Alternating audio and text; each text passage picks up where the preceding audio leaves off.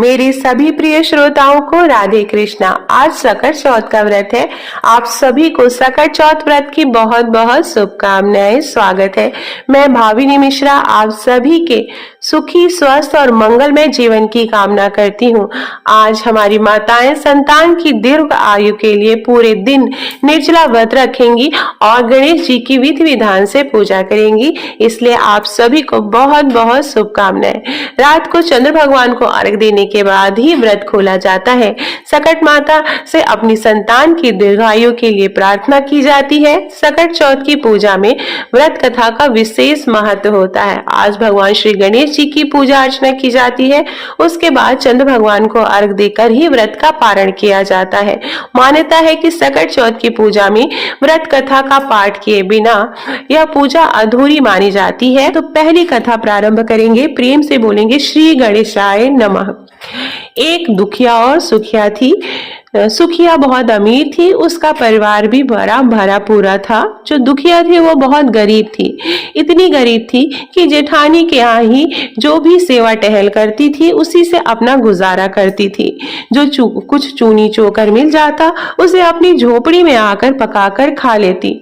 फूटे घड़े से पानी पीकर टूटी चारपाई पर सो जाती थी। सुबह उठकर फिर वह जेठानी के यहाँ जाती थी और उसकी सेवा करती थी, उसके घर का काम करती थी। कुछ दिन बाद ऐसे ही चलता रहा। साल भर बाद त्योहार आया। जो दुखिया थी वह भूखी प्यासी सुखिया के यहाँ सेवा कर रही थी, उसके घर का काम कर रही थी। रात को जब वह आने लगी तो और दिनों की तरह उस दिन सुखिया ने उसे कुछ भी खाने को नहीं दिया, कोई चूनी चोकर नहीं दिया। खाली हाथ झोपड़ी में दुखिया आ गई।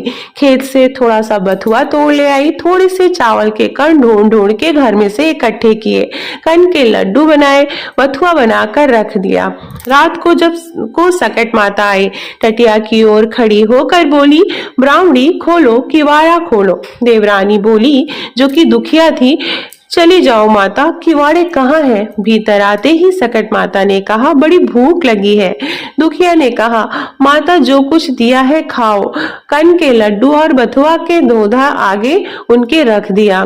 जब सकट माता छक कर खा चुकी तो बोली, पानी तो पिला दे। तो दुखिया ने फूटी गगरी ले आई। पानी पीकर सकट माता ने सोने की इच्छा रखी। उसने टूटी खाट बता दी। थोड़ी देर बाद सोने के बाद सकट माता को टट्टी लगी। उन्होंने पूछा कि कहाँ जाऊं, देव सरका करने कहाँ जाऊं? तो दुखिया ने कहा, माता सारा घर लिपा पुता है, चाहे जहां वहां बैठ जाओ। सारे घर में उन्होंने टट्टी ही टट्टी कर दी, फिर भी अभी पूरी तरह निपट नहीं पाई।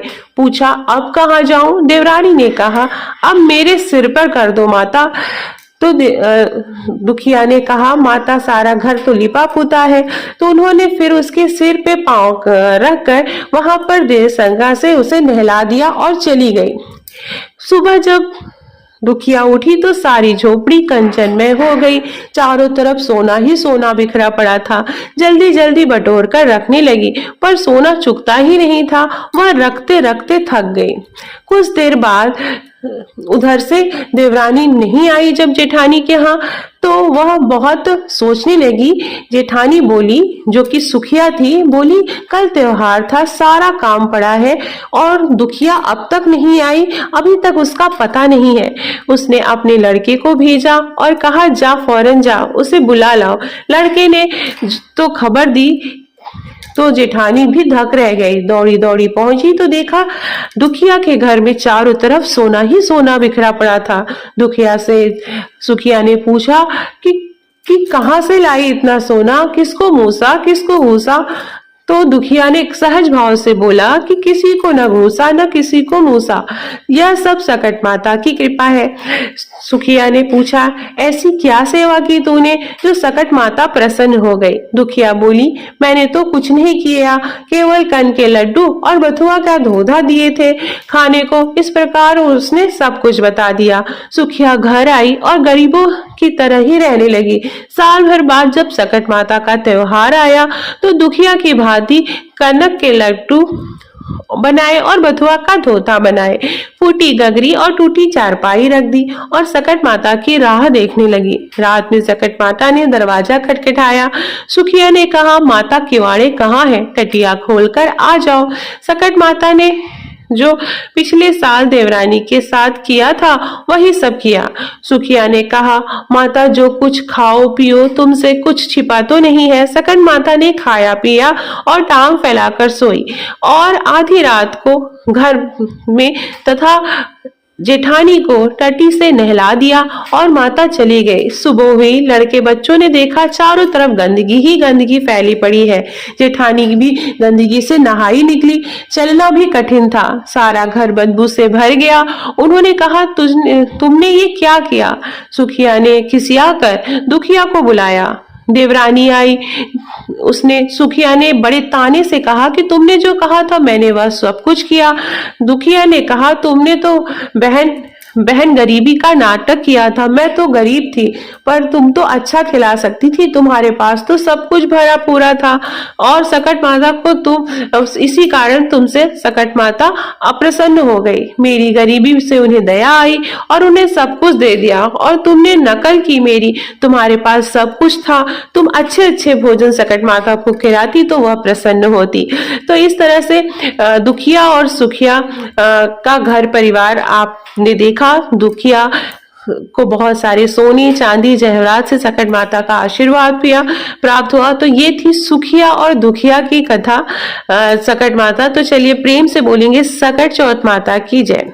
अब हम दूसरी कथा श्रवण करेंगे जो कुम्हार की कथा है और बड़ी प्रचलित कथा है, आज के दिन जरूर सुनी जाती है। तो चलिए प्रेम से बोलेंगे ओम श्री गणेशाय नमः। किसी नगर में एक कुम्हार रहता था। एक बार जब वह बर्तन बनाकर आवा लगाने लगा तो आवा नहीं पका। हार कर वह राजा के पास जाकर प्रार्थना करने लगा कि आवा पक नहीं रहा है। राजा ने पंडित को बुलाकर कारण पूछा तो राज पंडित ने कहा कि हर बार आवा लगाते समय बच्चे की बलि देने से आवा पक जाएगा। राजा का आदेश हो गया। बलि आरंभ हुई। जिस परिवार की बारी होती वह परिवार अपने बच्चों में से एक बच्चा बलि के लिए भेज देता। इसी तरह कुछ दिनों बाद सकट के दिन एक बुढ़िया के लड़के की बारी आई। बुढ़िया के लिए वही जीवन का सहारा था, लेकिन राज्य आज्ञा के आगे किसी की नहीं चलती। दुखी बुढ़िया सोच रही थी कि मेरा तो एक ही बेटा है, वह भी सकट के दिन मुझसे जुदा हो जाएगा। बुढ़िया ने लड़के को सकट की सुपारी और दूब का बीड़ा देकर कहा, भगवान का नाम, गणेश भगवान का नाम लेकर आवा में बैठ जाना, सकट माता भी तुम्हारी रक्षा करेंगी। तिल तिल कर सकट मनाओ और सकट की रात महतारी पूत बिछुड़न कबो न होए। बालक को आवा में बैठा दिया गया और बुढ़िया सकट माता के सामने श्री भगवान गणेश के सामने बैठकर पूजा करने लगी। पहले तो आवा पकने में कई दिन लग जाते थे, पर इस बार सकट माता की कृपा से एक ही रात में आवा पक गया था। सवेरे कुम्हार ने देखा तो हैरान रह गया। आवा पक गया था, बुढ़िया का बेटा भी सुरक्षित था और अन्य बालक जो उनकी बलि दी गई थी वे भी जीवित थे। नगरवासियों ने सकट की महिमा स्वीकार की और लड़के को भी धन्य माना। तब से आज तक सकट चौथ के दिन यह व्रत बच्चों की लंबी आयु के लिए विधि विधान से बनाया जाता है। जिस प्रकार बुढ़िया माई के बच्चे की रक्षा भगवान गणेश ने सकट माता ने की, उसी तरह सबके बच्चों की रक्षा करें। अब हम श्रवण करेंगे सकट चौथ की तीसरी कथा। एक ब्राह्मण था, उसके एक ही लड़का था, वह बहुत गरीब था। उसका लड़का राजा के यहाँ काम करता था, पर पैसे बहुत कम मिलते थे, खाना पीना मुश्किल से चल पाता था। सकट का त्योहार आया, ब्राह्मणी व्रत रही और घर में कुछ नहीं था। उसने अपने लड़के से कहा कि जब राजा के यहाँ से काम करके चलना तब थोड़े से तिल और गुड़ मांग लेना, जिससे हम पूजा तो कर लेंगे। लड़का राजा के यहाँ काम करने पहुंचा। दिन भर काम करने के बाद वह एक भंडार में घुस गया। से दरवाजा बंद कर लिया। वहां तो सारी चीजें भरी पड़ी थी, पर उसको चोरी की आदत तो थी नहीं। वह सोच रहा था कि चोरी करूं तो कैसे करूं, माघ का महीना, चोरी जैसा भयंकर पाप कैसे करूं। वह बार बार कहता, तिल चुराऊं तो पाप, गुड़ चुराऊं तो पाप, माघ का महीना क्या चुराऊं। पहरेदार के कानों में शब्द पड़े। उन्होंने राजा को बुलाया। राजा ने सुना, दरवाजा खटखटाया और पूछा, तुम कौन हो। लड़के ने कहा, आपके यहाँ काम करता हूँ, मैं बहुत गरीब हूँ, मेरी आज आज माँ का व्रत है। उसने कहा था राजा के यहाँ से थोड़ा सा तिल और गुड़ चुरा लाना, तो मैं सकट की पूजा कर लूंगी। पर मैं बहुत देर से सोच रहा हूँ कि माँ का महीना है, तिल चुराऊं तो पाप और गुड़ चुराऊं तो पाप। राजा ने कहा, मैं कैसे विश्वास करूं कि तुम कह रहे हो वह सही है। लड़के ने कहा, आप अपने आदमी को मेरे घर भेजकर पूछवा लीजिए। राजा ने आदमी को घर भेजा। आदमियों ने बुढ़िया को पुकारा। बुढ़िया ने कहा, मैं बाहर नहीं आ सकती, मेरी धोती तो फटी है। आदमियों ने लौटकर राजा से कहा। राजा को दया आ गई। राजा ने कहा, गाड़ियों में जितना चाहो माल लदवा लो और सब तुम्हारा है। घर जाकर माँ से कहो खूब विधि से सकट की पूजा करें और सुख से जीवन व्यतीत करें। अब तुम्हें चोरी करने की जरूरत नहीं है। बुढ़िया के लड़के ने राजा की जयकार की और सामान से खूब लदपद कर घर गया। बुढ़िया ने पूजा की और सुखपूर्वक जीवन व्यतीत करने लगी। जिस प्रकार बुढ़िया और उसके बेटे पर सकट चौथ माता प्रसन्न हुई, उसी तरह सबके बच्चों पर, सबके घर परिवार पर प्रसन्न हो। प्रेम से बोलेंगे ओम श्री गणेशाय नमः। अब हम श्रवण करेंगे सकट चौथ माता की चौथी कथा।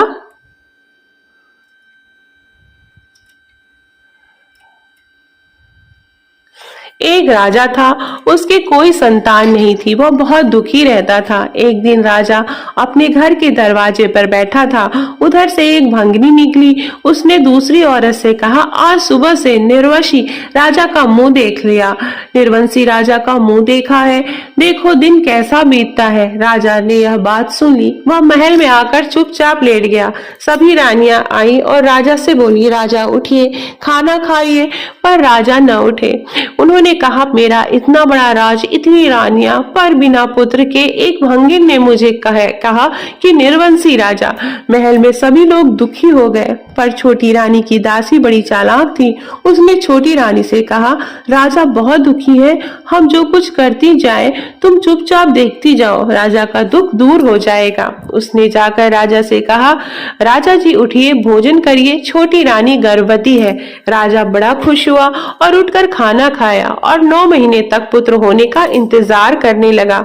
एक दिन दासी ने कमरे के चारों तरफ पर्दे बांध दिए और राजा से बोली, पुत्र हुआ है। राजा ने खूब उत्सव मनाया, खूब धन बांटा। दासी से बोले, मुझे पुत्र दिखाओ। दासी ने कहा, उनके गुण खराब है, पसंद में देखना। छोटी रानी बड़ी दुखी थी। उसने दासी से कहा, जब राजा को तुम्हारे झूठ का पता चलेगा तो वह तुमको भी मरवा देंगे और मुझको भी। दासी ने कहा, रानी देखते जाइए। जब पसनी का समय आया तो राजा ने कहा, दासी अब तो दिखाओ। दासी ने कहा, राजा अब मुंडन में देखना। राजा मान गए। अब मुंडन का भी समय आ गया। खूब धूमधाम से तैयारी हुई। राजा ने फिर दासी से कहा, अब तो दिखाओ। दासी ने कहा, अब राजा सीधे ब्याह में देखना। राजा गुस्सा होने लगे तो दासी बोली, हाय क्या ग्रह खराब थे, तभी नहीं दिखाया। आपका लड़का है, कुछ ही दिन की बात है, ब्याह में देख लेना। छोटी रानी दुखी रहने लगी। 16 साल बाद राजा ने यहाँ शादियां आने लगी। राजा ने दासी से कहा, हम अब राजकुमार की शादी करेंगे। दासी ने कहा, शादी पक्की करिए, पर मैं भी राजकुमार के साथ डोरे पर चलूंगी। शादी तय हो गई, बारात सजने लगी। राजा बोला, दासी अब तो राजकुमार को दिखाओ। दासी बोली, द्वारचार में देखना। राजा फिर चुप हो गए।